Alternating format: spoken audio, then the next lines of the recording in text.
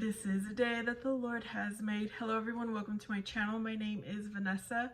I'm a Christian woman doing my best to put God first.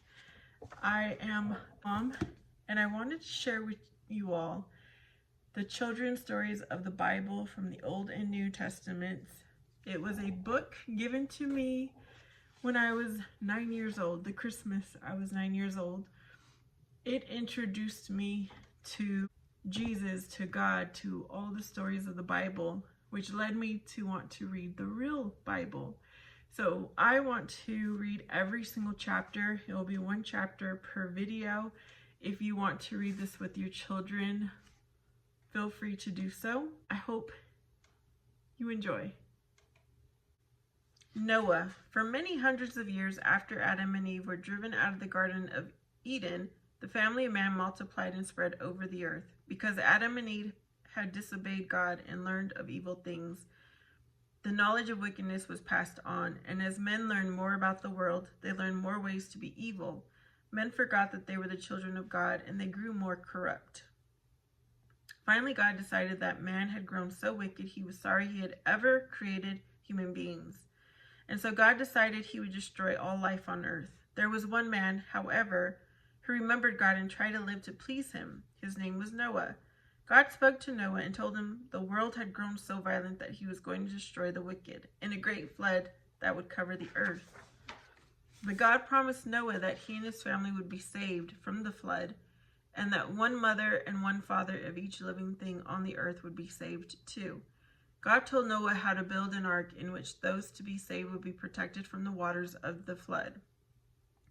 Noah followed God's instructions, and as the rains began and the waters of the sea rose over the land, Noah and his family and all the creatures were kept safe in the ark. The rains continued for 40 days, and the waters rose until the earth was a vast sea. Every living thing died in the terrible flood, except those sheltered in the ark. For 150 days the earth was covered with water, and then the flood began to recede from the land. After Noah had been in the ark 9 months, the top of the mountains appeared above the water. 40 days later, Noah decided to find out if the water had lowered enough for them to leave the ark. He sent out a raven and a dove. The raven never returned. The dove, finding no place to set down, returned to the ark. 7 days later, Noah sent the dove out again, and this time it returned with the branch of an olive tree. Noah then knew that at least part of the land was dry enough for plants to grow. After another 7 days, Noah sent out the dove once more, and this time it did not return. Noah knew then that the time had come to leave the ark. As soon as Noah and the living creatures had left the ark, Noah built an altar where he gave thanks to God for being saved from the flood.